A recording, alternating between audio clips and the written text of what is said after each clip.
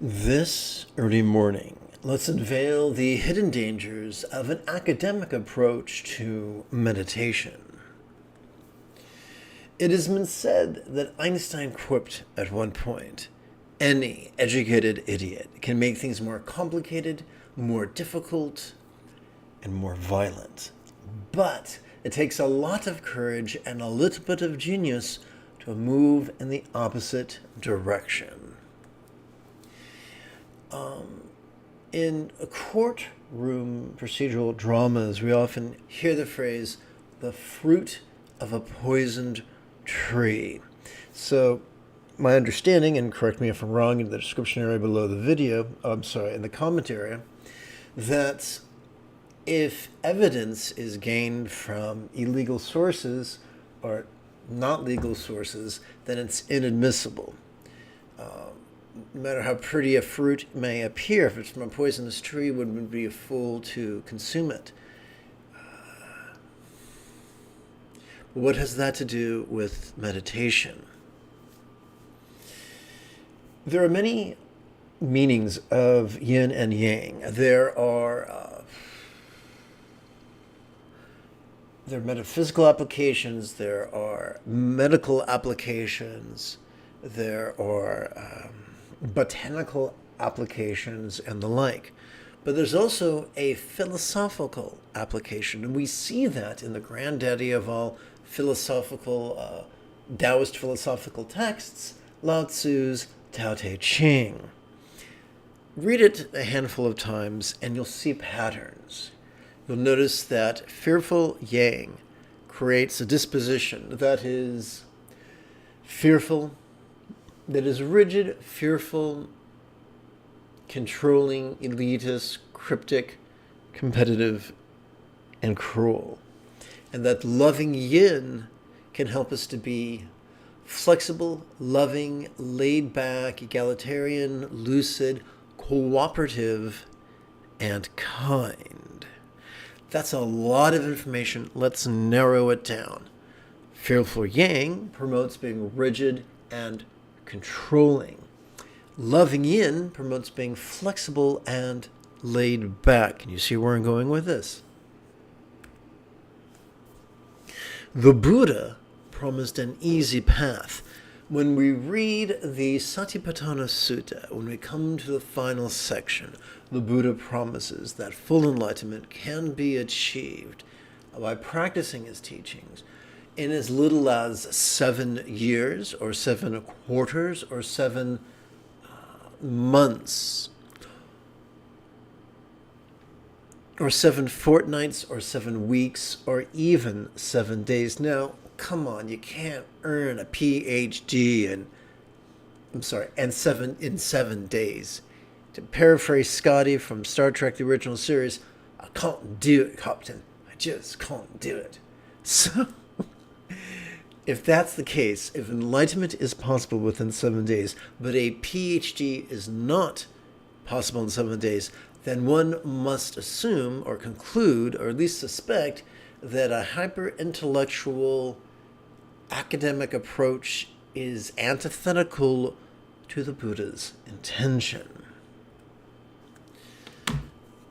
The Buddha's intention, and this is difficult because he lived in the cusp of the Iron Age, but I'm going to use references to our digital age. Due to wonderful advancements in imaging technologies, we've made great strides in neuroscience. We now know that when we breathe in, we access the sympathetic nervous system, which has not evolved to support active concentration, but in fact instead has evolved that we might perceive vulnerably, passively, viscerally, and randomly.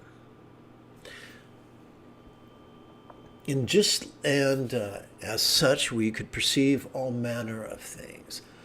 Sights, sounds, sensations, flavors, scents, and the like.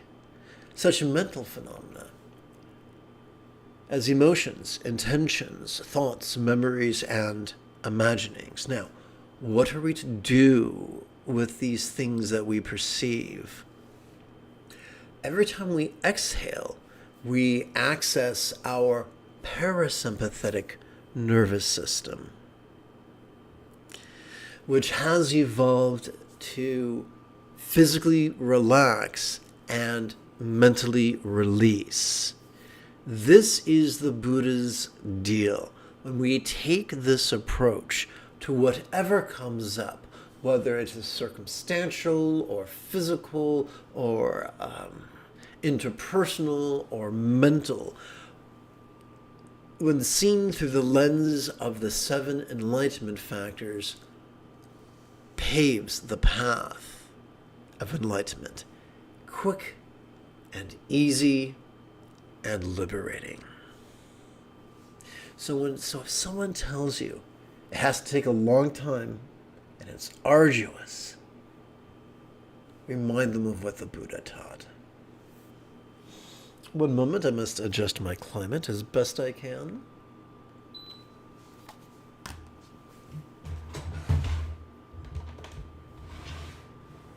This background noise you're hearing is a heater, helps with my back. I would very much like now to start our formal meditation practice, which we will do after approximately 1 minute of housekeeping. This is Lama Jigme Gyatso of the Buddha Joy Meditation School. Welcome to Meditate Like a Jedi, which is made possible due to the generosity of viewers just like you through the apparatus of Patreon.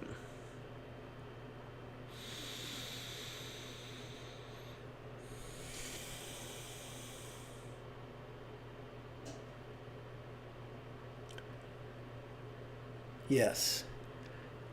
If you love Star Wars and you wish to meditate as transformatively as Yoda on Dagobah under the guidance of the non-corporeal Qui-Gon Jinn, be sure to subscribe and ring that notification bell.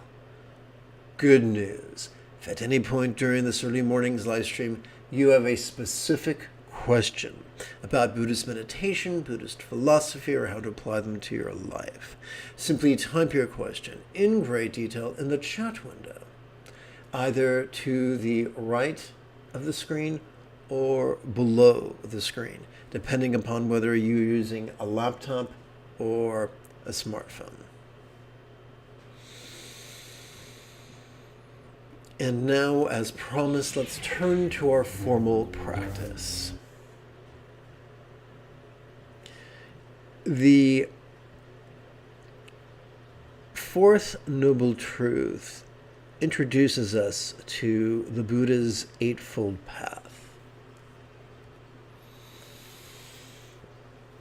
Right now, let us train in right aspiration, right view, and right zeals, second, first, and sixth folds of that Eightfold Path, as easily as chanting 4 lines.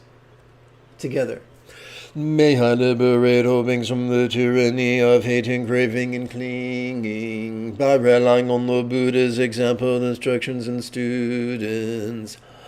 May I liberate all beings from the tyranny of hating, craving, and clinging by relying on the Buddha's example, instructions, and students. May I liberate all beings from the tyranny of hating, craving, and clinging by relying on the Buddha's example, instructions, and students.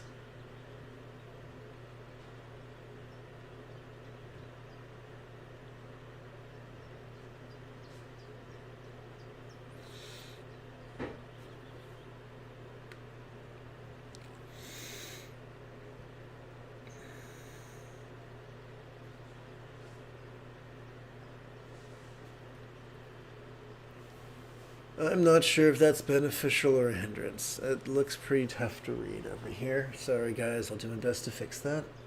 Let's hit 1. There we go. So, quick like a bunny. Let's hit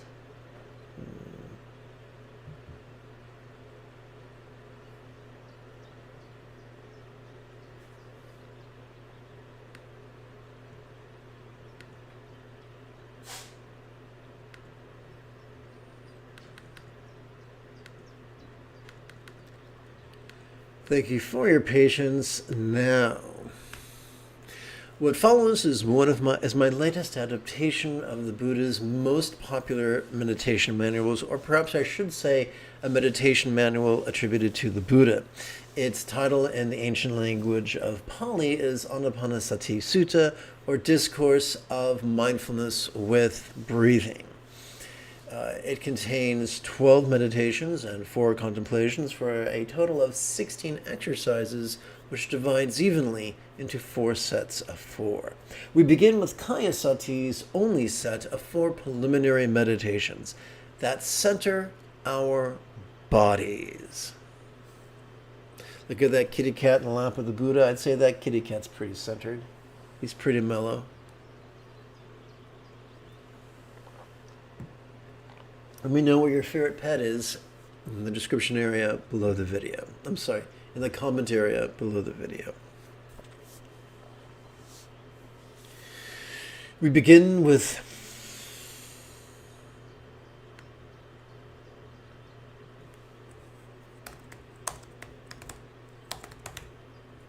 the first of centerings 4. Sorry, let's try that again. We begin with the first of centerings 4 physical preliminary practices, where we mindfully notice and even investigate our relaxingly longer, gentle exhalations. How do we know? So this is really cool. Our tool of choice is going to be, in the next 2 exercises, going to be 2 rhetorical questions. As we breathe in, we silently and mentally recite the preposition how. As we exhale, we silently and mentally recite the adjective long. Now, this is a rhetorical question, so by definition, it's not our job to answer this question actively or passively. Then what is our job? To simply recite this question silently and mentally in harmony with our inhalation and our exhalation and our relaxation. Do this, and you will make progress. Now, you don't have to force your breath to be long or deep. Just play with these words in harmony with your breathing. I want to remind you that the Buddha taught not only the 2 cycles of breathing, in and out, and the 4 bases of mindfulness, but the 7 enlightenment factors. And the first one is mindfulness. There are some people who think our job is to grow oblivious and no longer perceive, but that is not what the Buddha taught. The Buddha taught that the most fundamental enlightenment factor is mindfulness, without which there can be no liberation.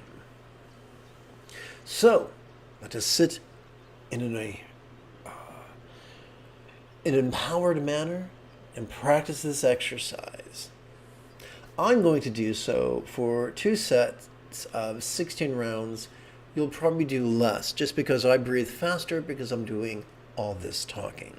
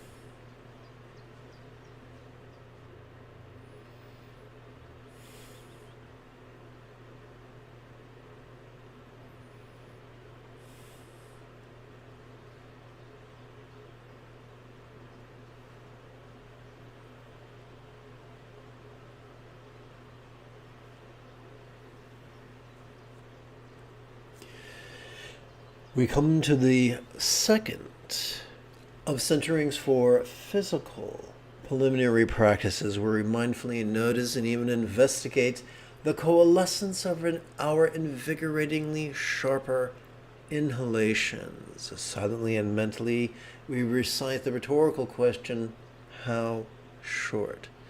Do we have to force our inhalation to be sharp? No. Will that happen automatically? Yes.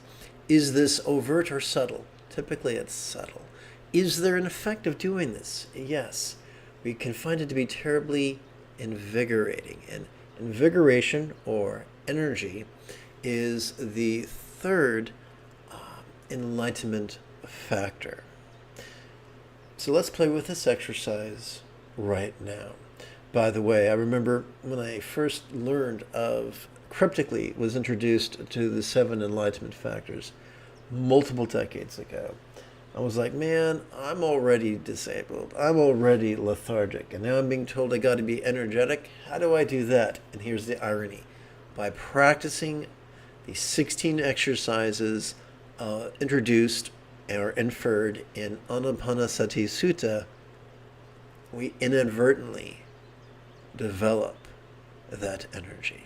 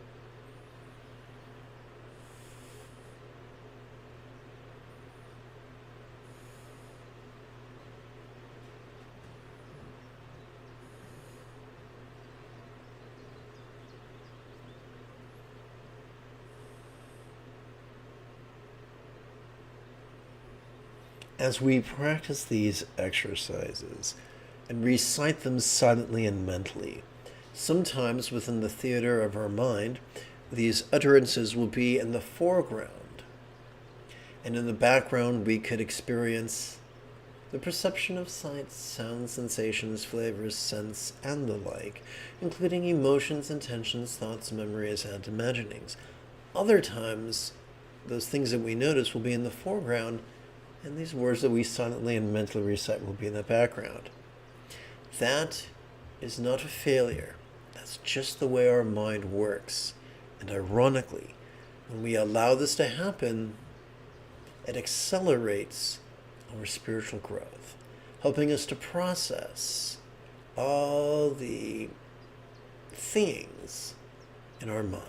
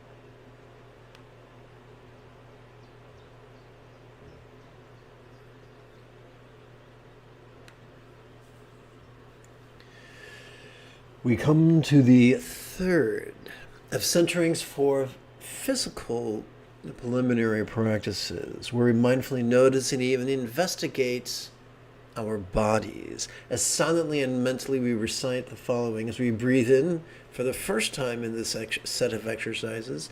We silently and mentally recite the sensory verb feel.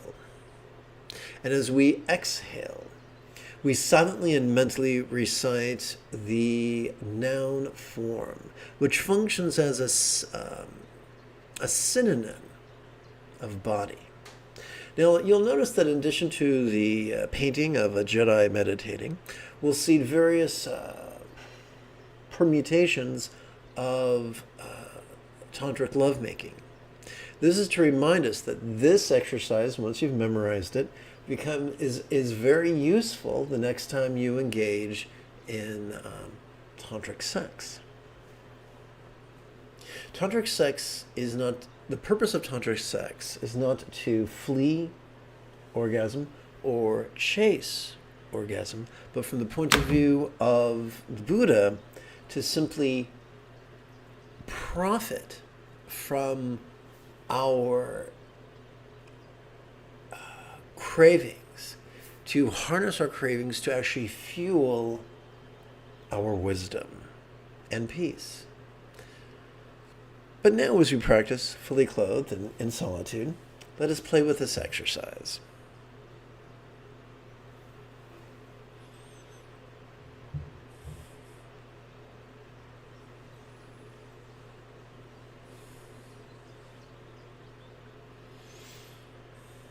Consider, if you will, the verb investigate.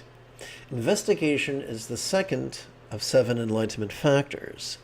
Investigation is basically the opposite of being defensive. So when we notice something, instead of justifying, minimizing, rationalizing, or fatalizing it, we simply are vulnerable to it. So for instance, if we have an ugly, hateful thought, we don't repress it, we don't indulge it, we notice it and release it in harmony with our inhalation and exhalation.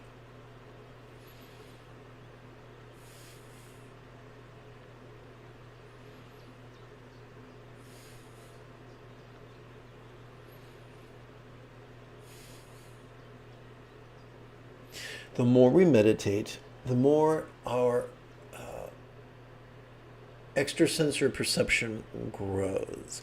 And so as you walk through a farmer's market and you wind up walking through other people's auras, real or imagined, you'll wind up having thoughts and emotions which are not necessarily yours.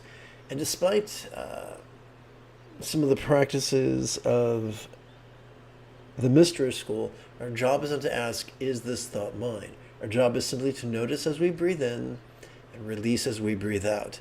Anything else is deleterious.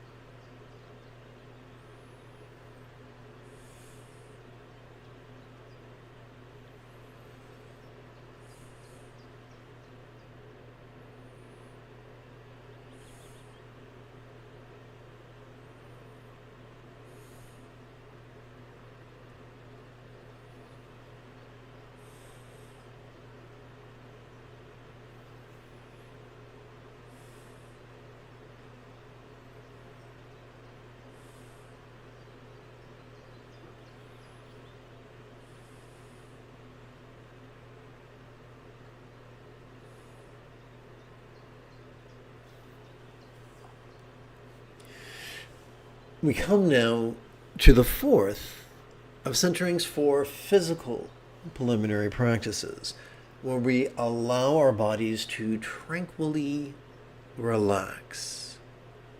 We do so tranquility is the 5th enlightenment factor.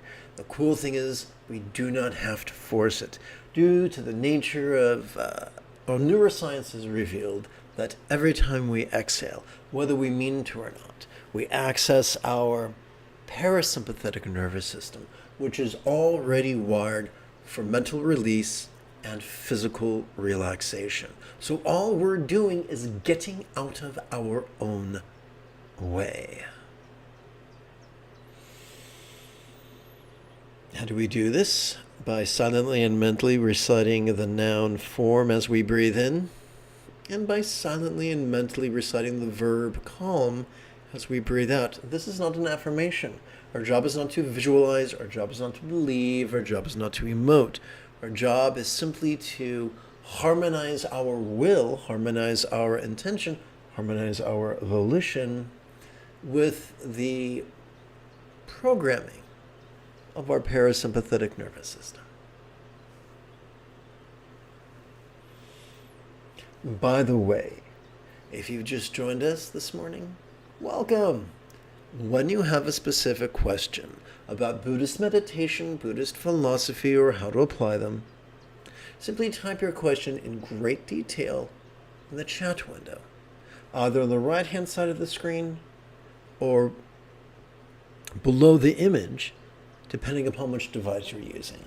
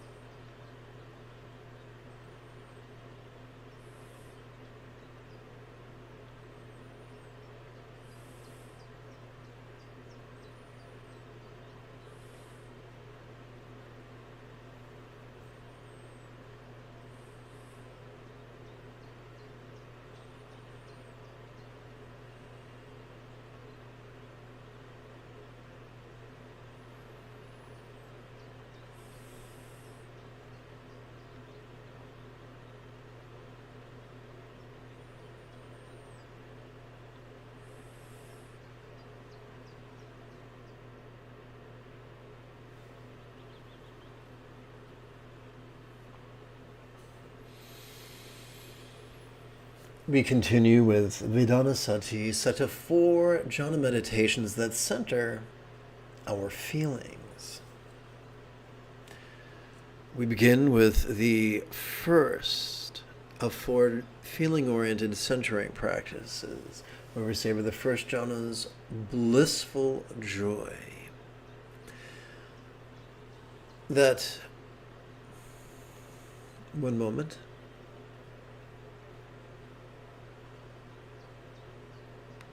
So paste.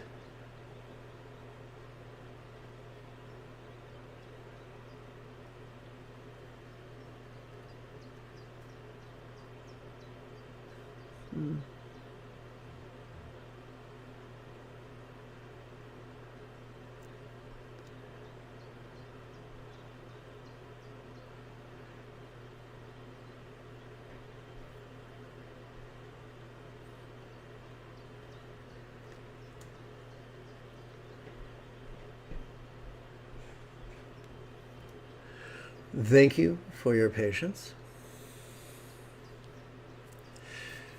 That flows from gently grinning with the corners of our mouth, the apples of our cheeks, and the crow's feet of our eyes towards our bodies of flesh, blood, and bone. To do this, during our inhalation, we silently and mentally recite the verb grin. During our exhalation, we silently and mentally recite the noun form, which of course refers to our body. Now, the grin is not something we strain at. It's not over the top. It's not like the Joker's grin. All we do is silently and mentally recite these 2 words in harmony with our inhalation and our exhalation and our relaxation. We will feel, not only will we feel a joy that is physically blissful and downright invigorating, but we will advance on the stages of the path. This joy may be overt, this joy may be covert, it may be coarse, it may be subtle. Our job is not to search for the joy. Our job is not to force the joy. Our job is simple. Silently and mentally recite these words in harmony with your inhalation, exhalation, and relaxation. And in a ridiculously short period of time, maybe a day, maybe a week, maybe a month, you'll feel all sorts of really neat refinements in your experience of your body and mind.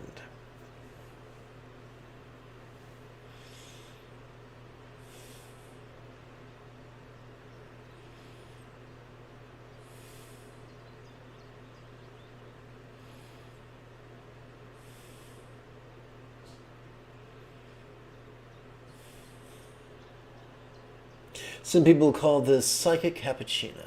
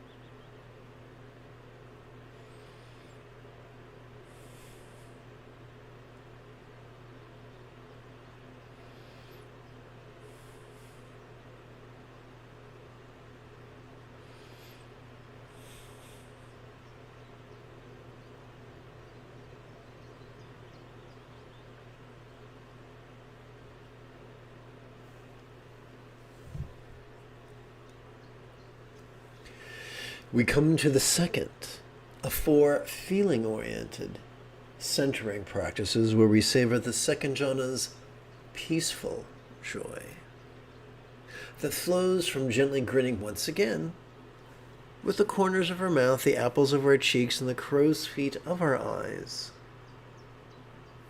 towards our thoughts, emoting, intending, reasoning, recalling, and imagining. So you'll probably have surmised by now that we're using the term thought as an umbrella term for the coarser functions of mind. Now, when we say coarser, that's not an insult. There are some people who are very rigid and elitist and controlling, and they'll say some of mind's functions are good and some of mind's functions are bad, and you must repress. No. We evolved the capacity to emote, intend, reason, recall, and imagining to aid in our survival. It's not our job to second guess evolution. It's our job to make the most of evolution. For the same evolution that helped us to perceive these things can help us to process these things. Remember, trauma is just an experience on the wrong side of the hippocampus, on the wrong side of long-term storage, to use a digital term. We heal trauma not by pretending it didn't exist, not by repressing it, not by justifying it, not by indulging it, but by processing it, by metaphorically massaging it to the point where it can eventually leave short-term memory and enter long-term storage. A frustration experienced by many people with PTSD, no less CPTSD, as well many people getting annoyed with it and saying, why can't you just let go of the past from so many years ago? Because the definition of trauma is past experience, past events experienced in the present moment, and it's not psychological, it's neurological, it's physiological. The amount of affirmations or believing is going to change the fact that our hippocampus is acting like a snobby doorman with a clipboard in front of Studio 54 saying, you think you're going to come in here, Dan, dressed like that?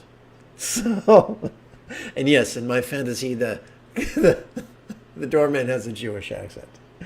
So this is an opportunity to process all kinds of stuff that need processing, which means there are times when it will not feel comfortable. Rejoice, not because you are a masochist, because it means you are making progress, because it means stuff is happening. In short, as we breathe in, let us again silently and mentally recite the verb grin, and as we breathe out, let us silently and mentally recite the umbrella term thoughts.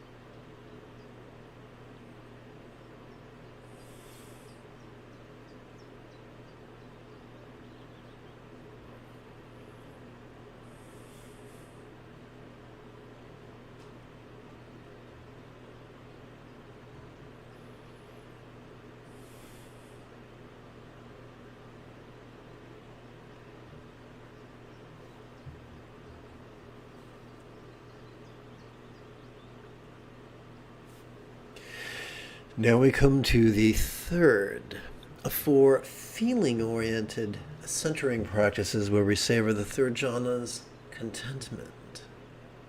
By mindfully noticing, investigating, and coalescing our thoughts, emoting, intending, reasoning, recalling, and imagining, we do this by silently and mentally reciting the sensory verb feel as we breathe in, and continuing to silently and mentally recite the umbrella term thoughts as we breathe out. So there are several problems with translation. Translators can sometimes have to ask themselves, are they translating word for word or idea for idea? And there is no one perfect dictionary. Any student of any language can tell you that in every language, almost every word has a multiplicity of meanings, some diametrically opposed to others. And the beliefs and prejudices and cognitive biases of every teacher and every translator affect their work.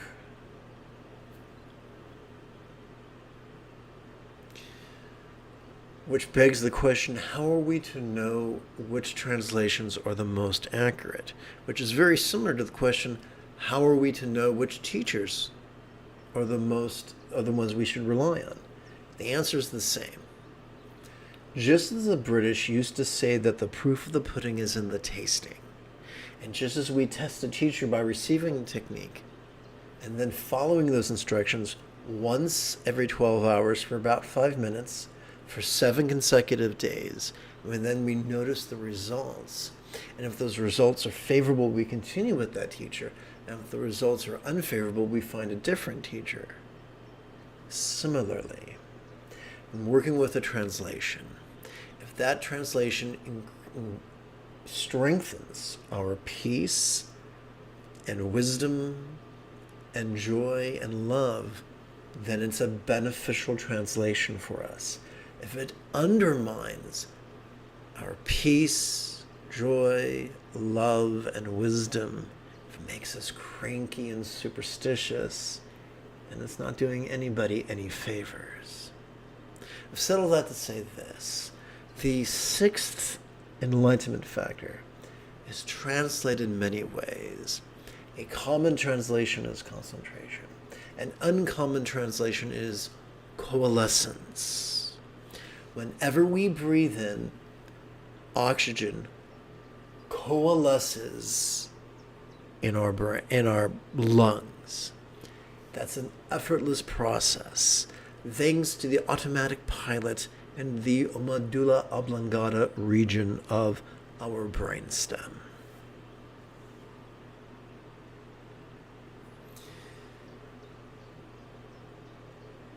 This coalescence, every coalescence of air within our lungs can have an energizing effect. It can strengthen and support, help us to access our sympathetic nervous system, and consequently support our perceptual acuity of sights, sounds, sensations, flavors, scents, and the like, including emotions, intentions, thoughts, memories, and imaginings.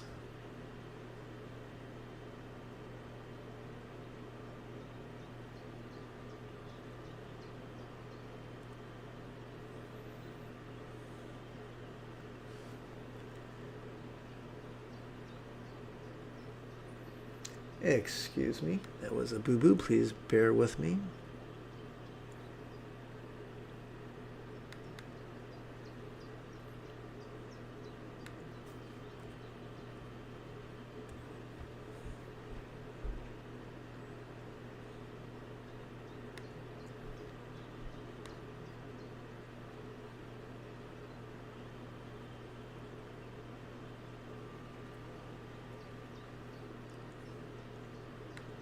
Thank you.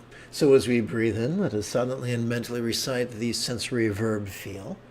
And as we exhale, let us silently and mentally recite the umbrella term thoughts.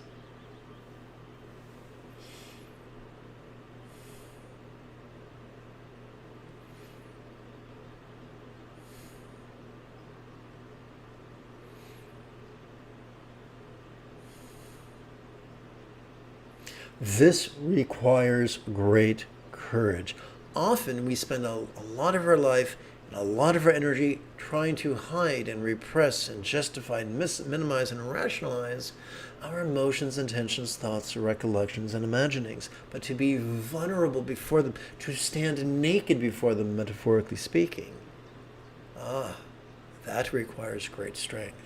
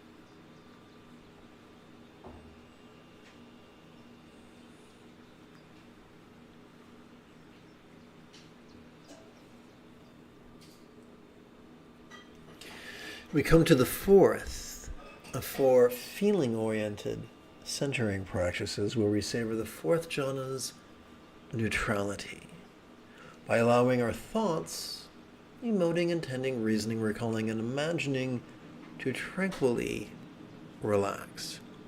We do this by silently and mentally reciting the umbrella term thoughts as we breathe in and returning to the silent and mental recitation of the verb calm as we breathe out.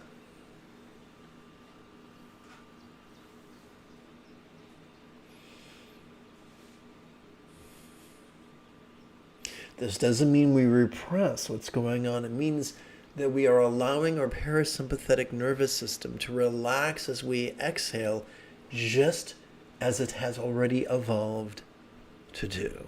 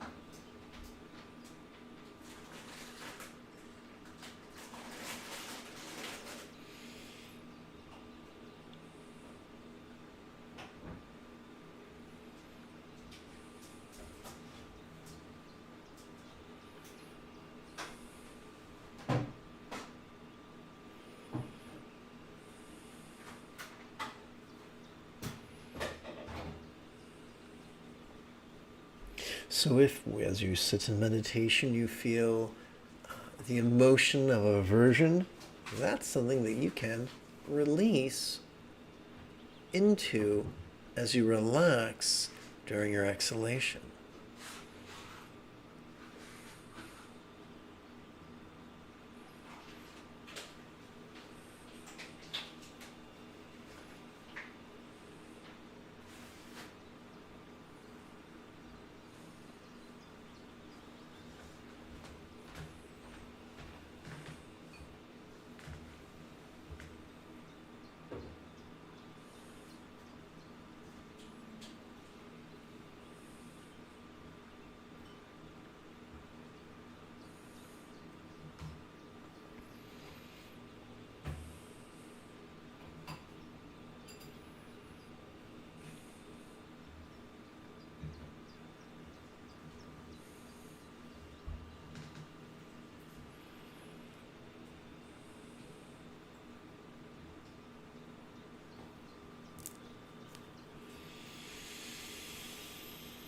We continue with Chitta Sati's second set of 4 jhana meditations that center our mind.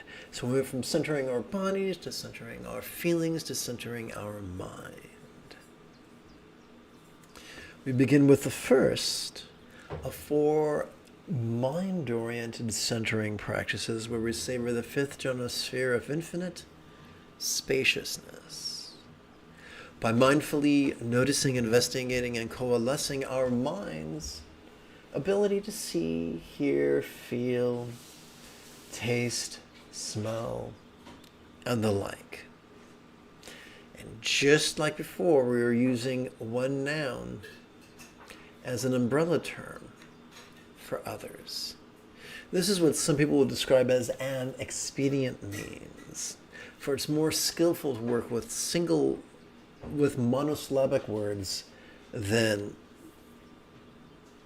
polysyllabic phrases.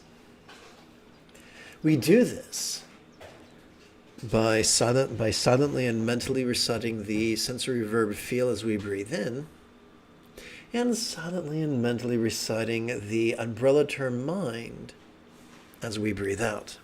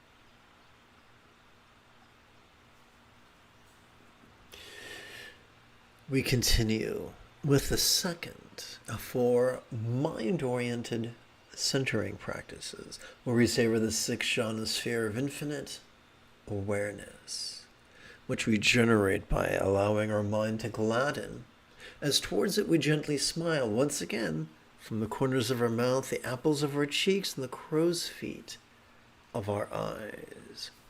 As we breathe in, we could silently and mentally recite the verb grin, and as we exhale, we could silently and mentally recite the umbrella term mind.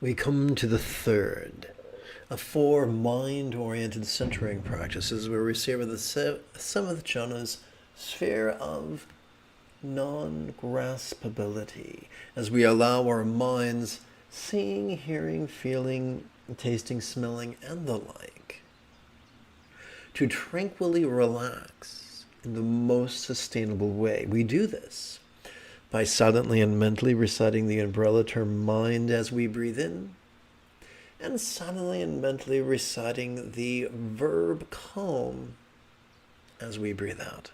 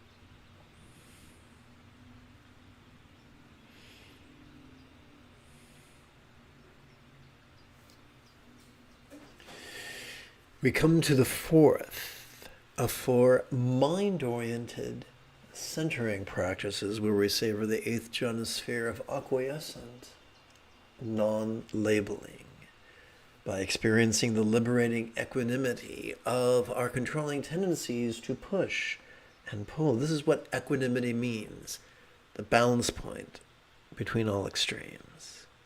We do this by silently and mentally reciting the umbrella term mind as we breathe in, and silently and mentally reciting the verb free as we breathe out. Remember, this is not an affirmation. We're not trying to visualize or believe. We're just enthusiastically harmonizing our intention with our parasympathetic nervous system's factory-installed wiring to release as we exhale.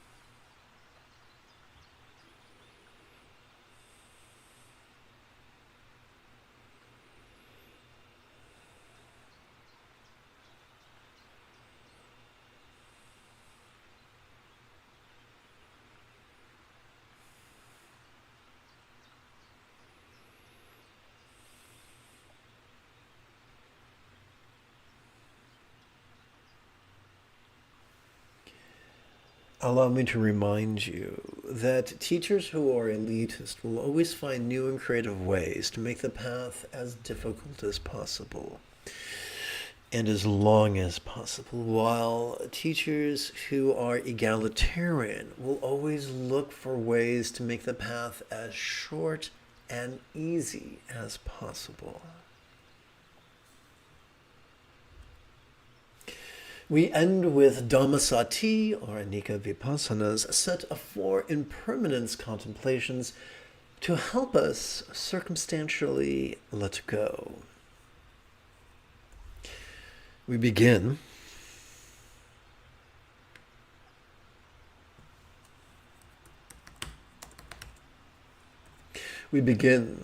With the first of four contemplations where we consider course and permanence with the rhetorical question, where change? Now remember, we do not strive to answer rhetorical questions.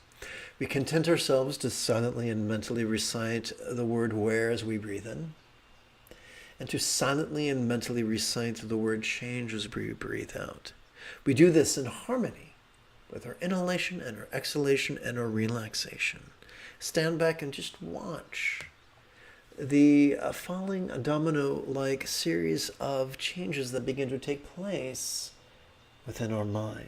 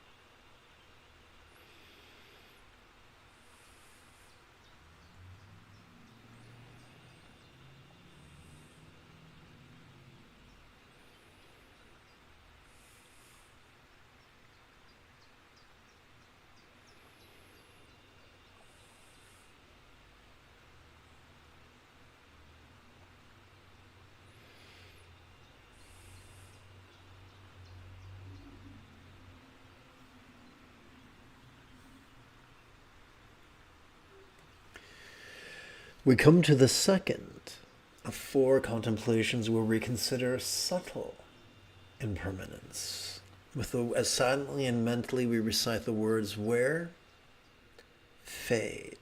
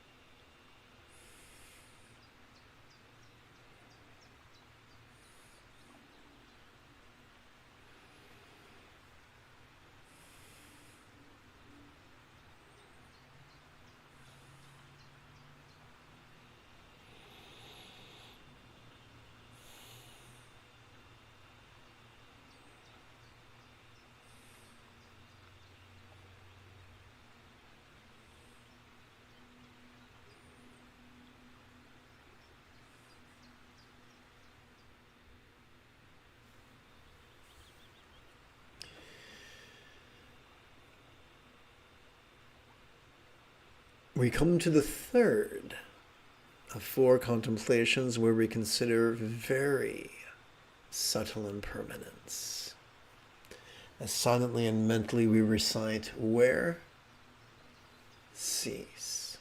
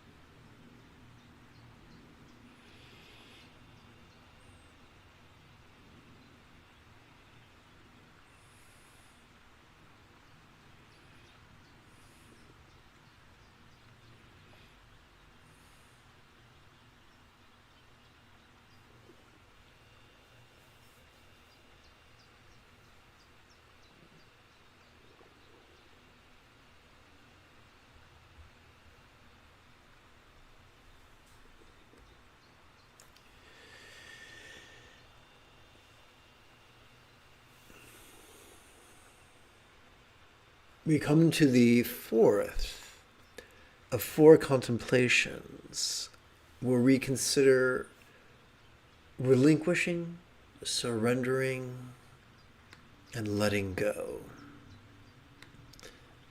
With the words where, yield.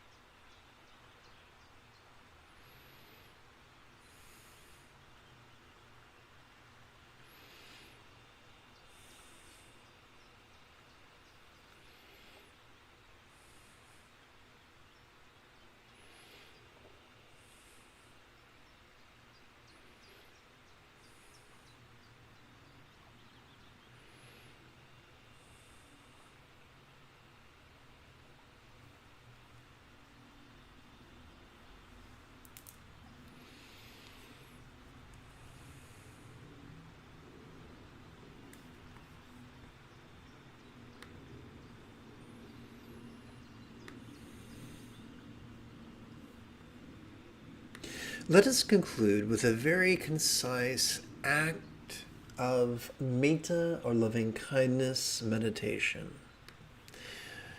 When the Red Chinese invaded Tibet, they murdered many nuns and monks. Death is an inevitability. It has been taught that to die with love in your heart is a beautiful thing.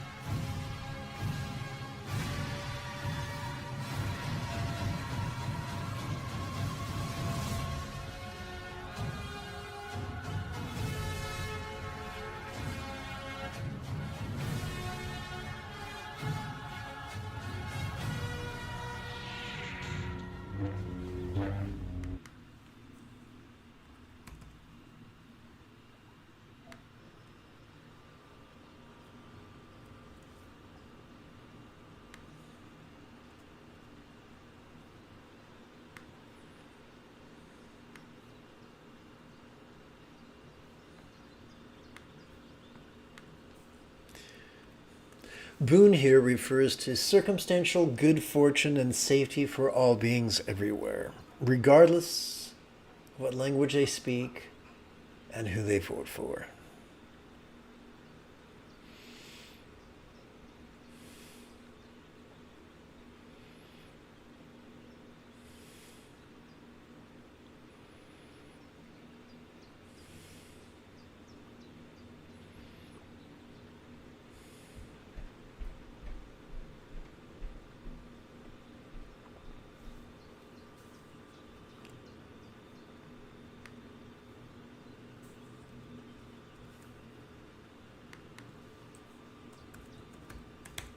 Let us wish all beings everywhere the physical good fortune of health.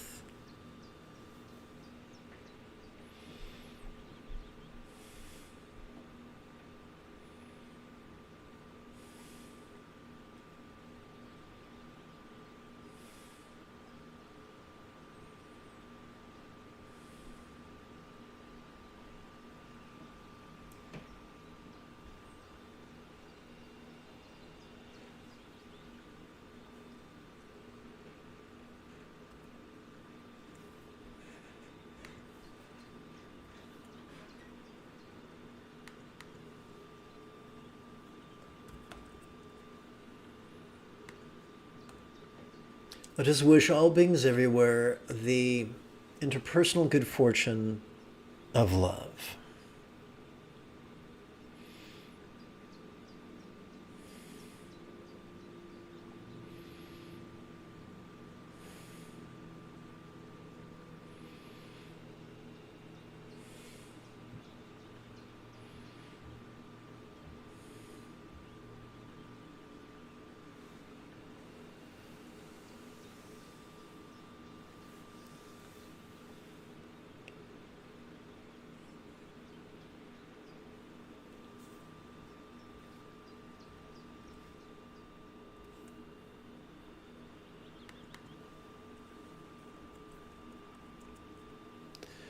Let us wish all beings everywhere the interpersonal experience, the interpersonal good fortune of peace.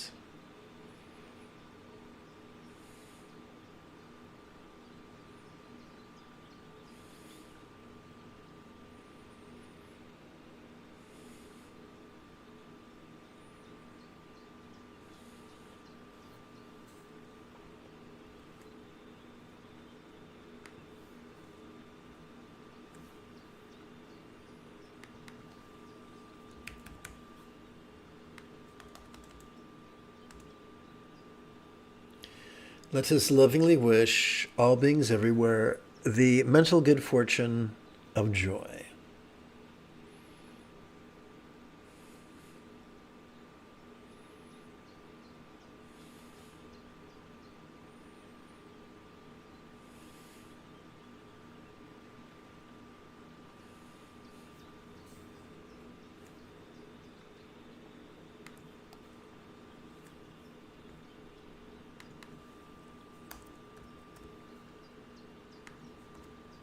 Let us lovingly wish all beings everywhere the mental good fortune of wisdom.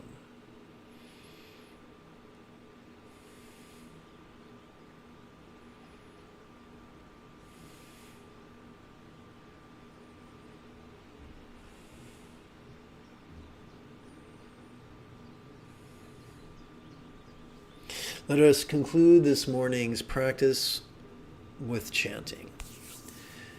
With right communication, right conduct, and right commerces, third, fourth, and fifth folds of the Eightfold Path.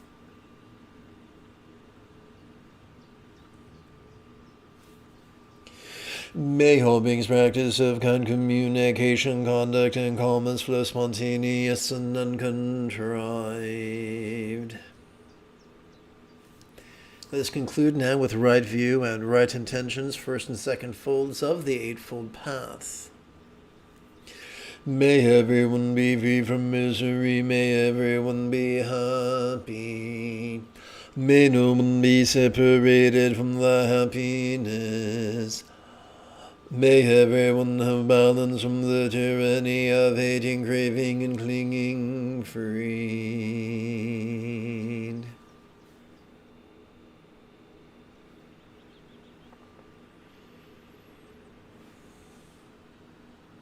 If you feel that I have earned it, you could type something in the chat window. You could give this live stream a thumbs up.